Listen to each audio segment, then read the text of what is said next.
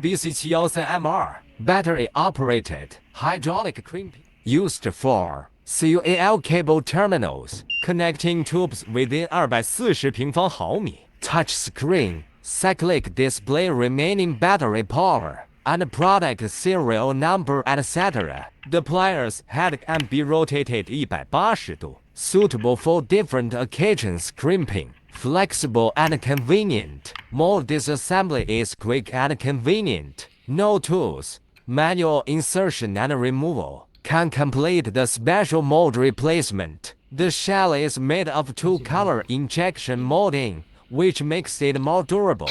High-performance lithium battery 18 伏, large capacity, can provide more crimping times. It can store 20,000 crimping times. Can be uploaded to the system via data cable and Bluetooth.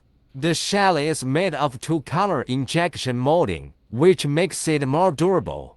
Local soft rubber coating on the surface reduces noise, reduces vibration, and makes operation more comfortable.